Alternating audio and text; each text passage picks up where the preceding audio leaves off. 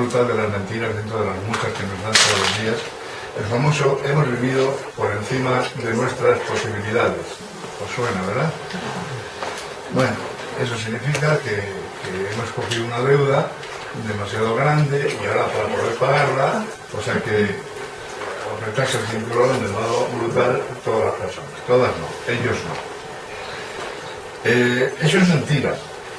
No hemos vivido por encima de nuestras posibilidades la inmensa mayoría de la población española. El que se compró un yate por presumir, pues a lo mejor sí, pero yo no conozco a nadie que presente que tiene un yate. ¿Cómo lo tiene? Vale. La gente lo que ha hecho ha sido comprarse un piso, comprarse un coche, comprarse una tele, esas cosas, y comprar ropa para los niños, y llevarlos al colegio, y los libros. Si eso es endeudarse y vivir por encima de nuestras posibilidades, pues entonces tendrían razón.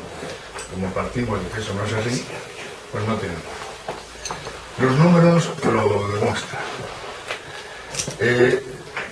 La deuda es absolutamente privada, salvando un tanto por ciento que es del Estado español. A nosotros nos interesan dos deudas sobre todo. La deuda pública, la deuda del Estado, porque se supone que la tenemos que pagar entre todas las personas, y la deuda de los hogares y las familias, porque se supone que es nuestra. Se supone. Datos para el recordatorio de por qué esto es una falacia absoluta. El Estado español, en el año, voy a partir del punto del inicio de la crisis, en el año 2007 tenía una deuda acumulada entre todas las administraciones de, esos son apuntes que si queréis podéis ir cogiéndolos, aunque luego lo recibiréis en un cuadro bonito. 431.000 millones a finales de 2007. Había tenido un crecimiento entre 2003 y 2007 para llegar a estos 431.000 millones, prácticamente había sido nulo el crecimiento de la deuda, porque subía un poquito, bajaba un poquito, subía un poquito, bajaba un poquito, se movía siempre en ese tipo de cifras de 430.000 millones. De pronto llega el 2008, en el 2008 pasamos a la friolera de 507.000, en el 2009 651.000, sigue progresando la cosa, y con lo que nos habían engañado, que estábamos manejando una cifra equivocada, después ha llegado la cifra real a diciembre de 2011, es que ha pasado de esos 400 y pico mil millones, prácticamente constantes durante años, a 810.000 a diciembre de 2011. Prácticamente se ha duplicado la deuda. Pero es que lo que es peor es que los avances que tenemos del año 2012 significan que nosotros en este momento ya hemos alcanzado el mes de junio los 900.000 millones y que terminaremos el año con 1 billón. Es decir, habremos pasado del 38% como parámetro del Producto Interior Bruto, 38% de referencia frente al PIB en el año 2007, habremos pasado al 100% del PIB a finales de 2012. Ese es el disparate del crecimiento de la deuda. ¿Qué provoca el crecimiento de la deuda? Evidentemente desconfianza de los mercados, de lo que hablábamos antes, esa desconfianza de los mercados, incremento de los intereses que te piden por la deuda.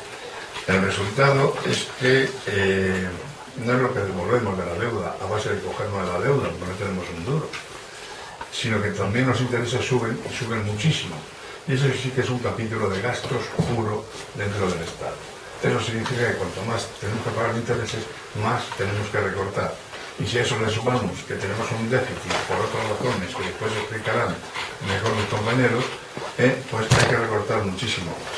La causa de los recortes es el brutal incremento de la deuda y de los intereses por la deuda. Si no hubiese sucedido esto, los recortes habrían sido completamente innecesarios. La deuda repartida. ¿Por qué la deuda es privada y no pública? Las familias deben, y esto sí voy a decir datos un poco más actualizados al día de hoy. Al día de hoy significa mayo. Todos estos datos son debidos a un monstruito maravilloso que se llama Carlos Sánchez Mato, que trabaja directamente en la plataforma de banca pública y que ha sido tan amable que nos ha pasado información por un tubo. Las familias deben, a mayo de 2012, 854.000 millones de euros. Las empresas, fundamentalmente las del IBEX 35, deben 1.238.000 millones.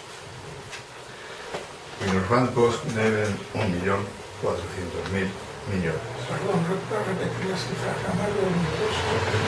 Nadie de millones de familias, 854.000 millones. Aquí hablamos de millones, como acá. Empresas, 1.238.000 millones. Bancos, 1.400.000 millones. Este dato es falso, es más, pero sin demostrar. ¿Cuántos los bancos? 1.400.000, pero es falso, es bastante más, pero sin demostrar. Hay una técnica de cálculo de la deuda de la banca que lleva esto a 3 billones. O sea, más del doble de lo que ellos representan. Pero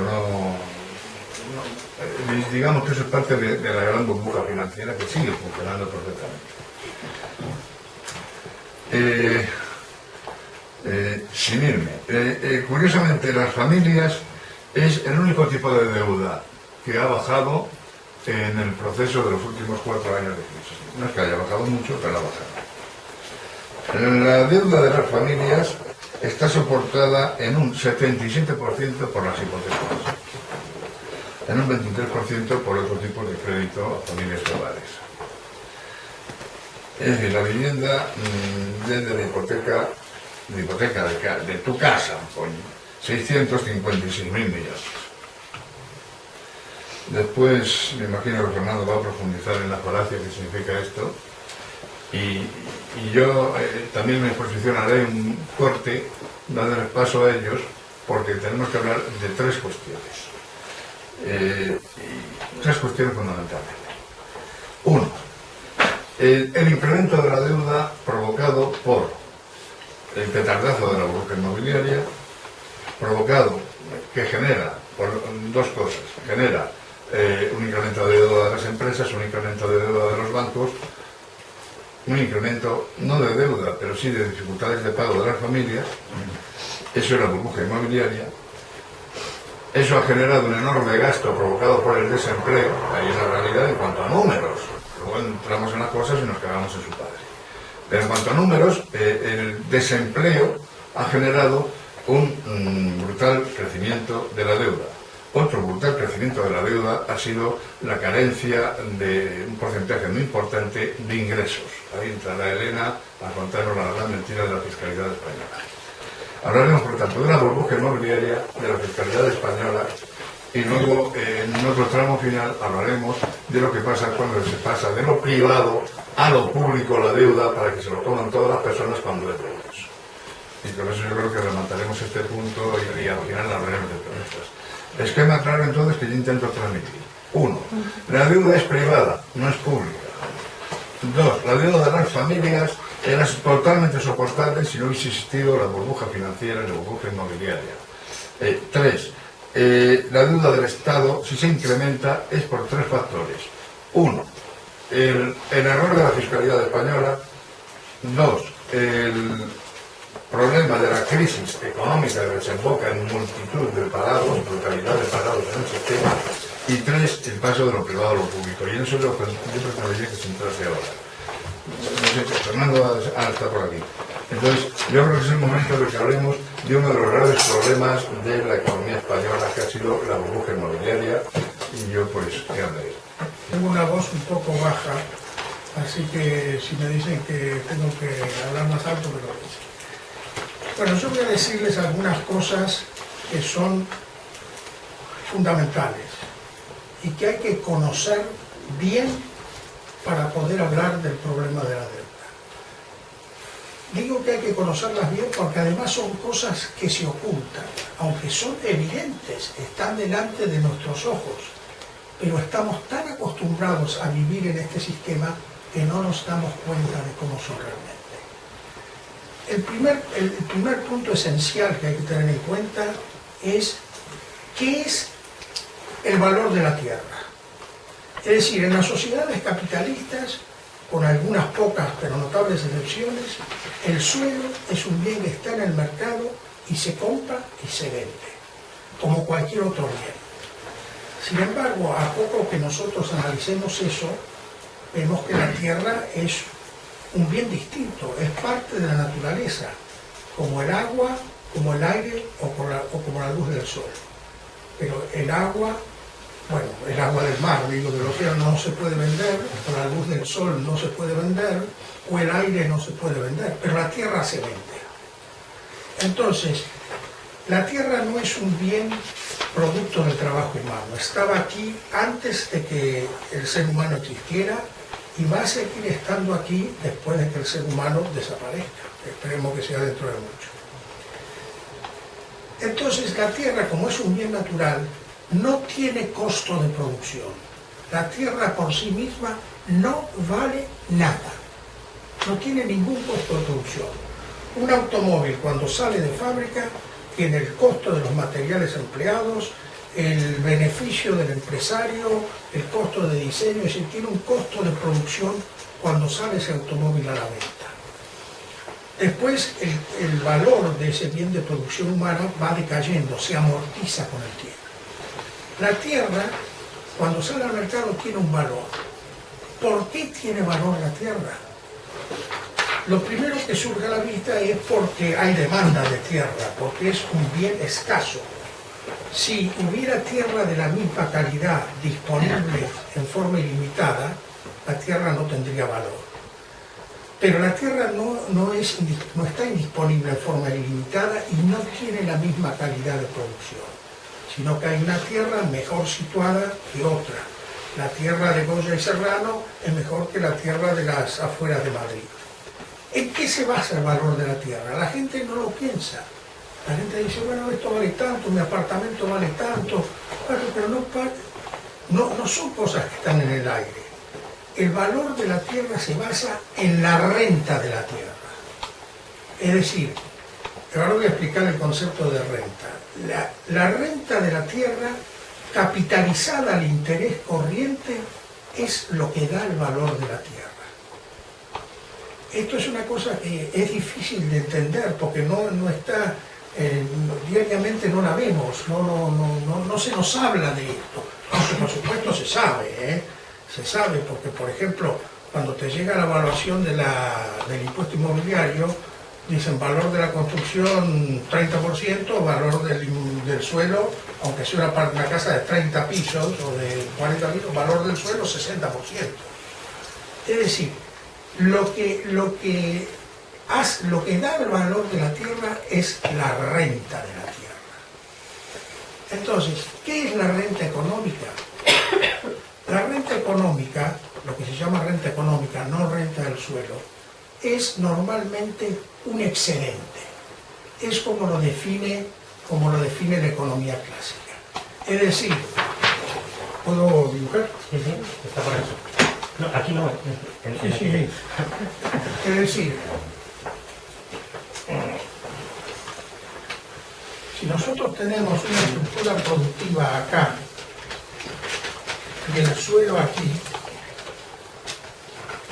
nosotros vemos que la renta de la tierra va disminuyendo desde los sitios centrales de un país, por ejemplo, Goya y Serrano, a la periferia de la tierra.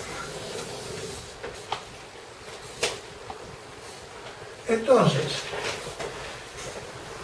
cuando se llega a la tierra que no tiene valor teóricamente, es lo que en economía se llama el límite del cultivo. En el límite del cultivo, todo esto que hay acá es de la producción, del total de 100% de la producción, todo este porcentaje es renta de la tierra. Y esto es retribución del capital y trabajo. Del capital y trabajo.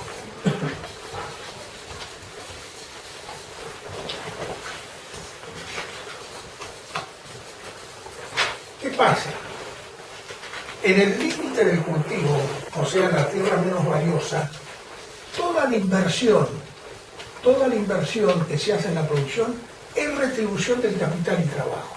No hay renta de la tierra, porque la tierra teóricamente no vale nada. En los sitios mejores de ubicación, la mayor parte de la retribución es renta económica. ¿Por qué? Porque son sitios donde digamos, la demanda de suelo es más intensa y la retribución que se obtiene por el uso del suelo es más intensa. En las sociedades capitalistas, y este es un concepto que decía Marx, en realidad no hay un límite del cultivo con precio cero de la tierra, porque al haber propiedad privada de toda la tierra, el propietario siempre va a exigir algo, aunque sea poco, por dejarlo trabajar. No obstante, es mucho menos que lo que exige un propietario aquí, ¿no? Entonces, si nosotros queremos saber el valor de la tierra en un sitio, valor del suelo, tenemos que calcular la renta posible y capitalizarla al interés corriente. Así se calcula el valor de la tierra. Entonces, esto al interés corriente, esto tiene una conclusión que es obvia, y es que como la tierra, el valor de la tierra es la renta capitalizada al interés corriente, cuando baja el interés, aumenta el valor de la tierra.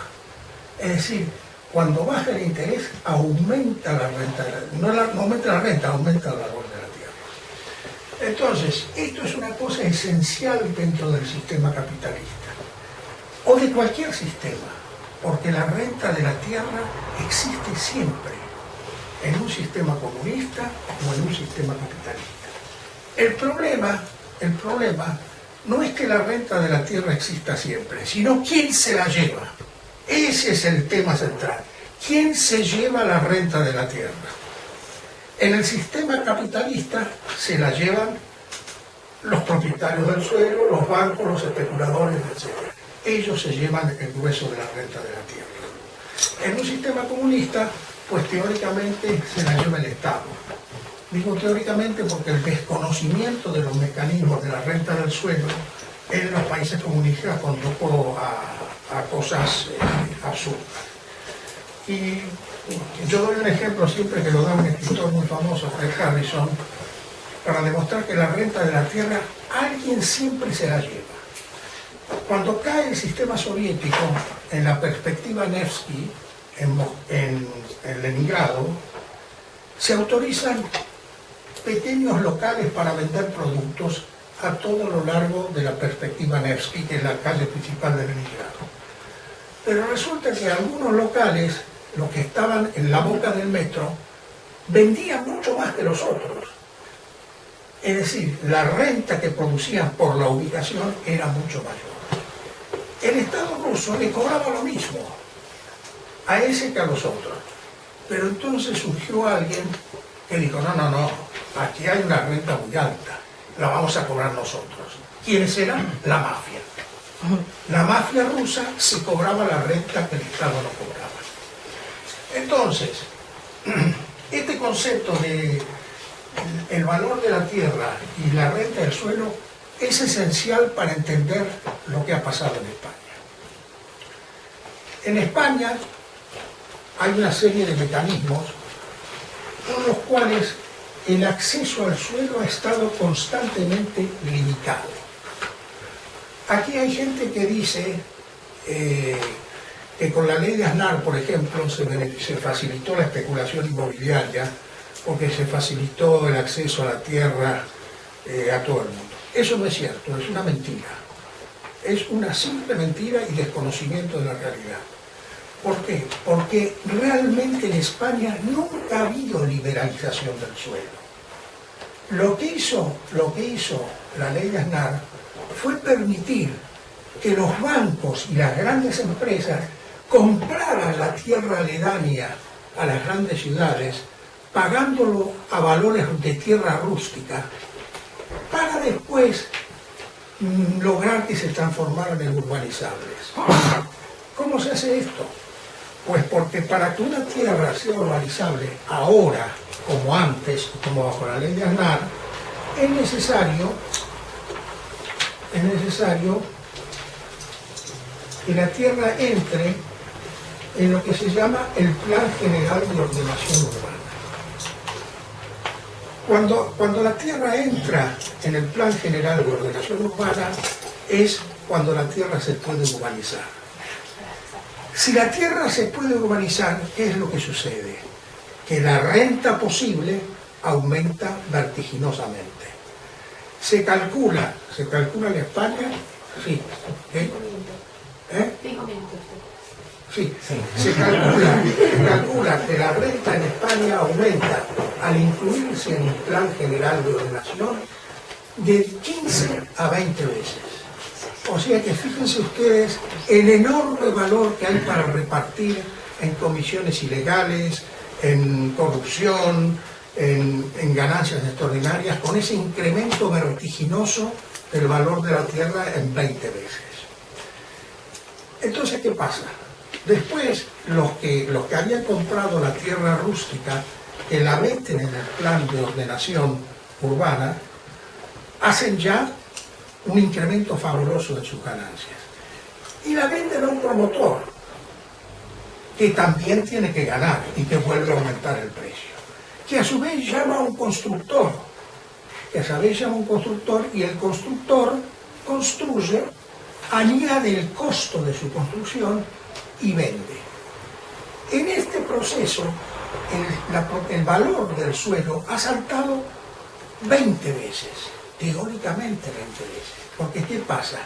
Se ha promovido en todo el país una especie de psicología de la especulación. Y eso lo hemos vivido todos. ¿Quién no ha escuchado a un amigo decir, lo que he ganado con mi apartamento? Uy, que me he llenado de oro, que he ganado tanto, que he ganado lo otro. Entonces, cuando llega al consumidor, el valor del suelo no ha aumentado 20 veces, ha aumentado 30 veces y 40 veces. ¿Cómo se vende este suelo? Se vende porque los bancos lo financian. Entonces los bancos, que en gran medida han sido los compradores de la tierra agrícola que rodea las ciudades y que están relacionados con las grandes empresas como el Corte Inglés y por tantas otras que compraron tierra, los bancos financian esta burbuja. La financian. ¿Cómo la financian los bancos? Pues endeudándose. Los bancos se endeudan para seguir inyectando dinero en la burbuja inmobiliaria. El resultado es la catástrofe que nos encontramos, en el cual el país entero está endeudado con valores artificiales originados de la especulación del suelo. ¿Cuál es la solución para esto? Termino porque es un tema muy largo que requiere mucho tiempo. Pues hay países, yo podría citar Corea del Sur, por ejemplo, podría citar Singapur, donde no hay propiedad, Singapur no hay propiedad privada de la tierra. Simplemente la tierra se concede en uso, pero no en propiedad. Lo mismo en Hong Kong. En Corea lo que hacen en cambio es gravar la renta del suelo en forma permanente, de modo de que si la tierra aumenta 20 veces de valor, el Estado se lleva 15 de ese 20. Deja subsistente la propiedad, pero se lleva la renta del suelo. Si en España se hubiera aplicado un sistema impositivo grabando la renta del suelo en todos los niveles, jamás habría habido especulación inmobiliaria. Lo que pasa es que no ha habido interés en hacerlo. Y yo voy a ser duro. Hemos estado gobernados por una pandilla de delincuentes o de ignorantes. Lo más suave que se puede decir es que son ignorantes. Y quizá lo más acertado es que son delincuentes. Porque se han forrado con la especulación inmobiliaria, con las comisiones ilegales, ayuntamientos, políticos, ni que hablar de los bancos, etc. De ahí ha surgido la burbuja inmobiliaria. Pero estos conceptos que yo les he dicho, fundamentales, de valor de la tierra, renta del suelo y cómo se produce el salto, son conceptos que ustedes tienen que tener permanentemente en la cabeza para entender cómo se ha generado la situación que vivimos en España. Otros países capitalistas también tienen el problema, pero menos que en España, porque se grava la renta del suelo. Se impide que estalle la burbuja. Por ejemplo, el gobierno laborista inglés había puesto un impuesto del 90% al incremento del valor. Después la Thatcher lo bajó. Pero en general en los países se graban estas cosas. En España no. Hay un impuesto a la pluralidad que es más teórico que práctico y del cual se escapa todo el mundo. Pues nada más, lo dejo aquí. Así surge el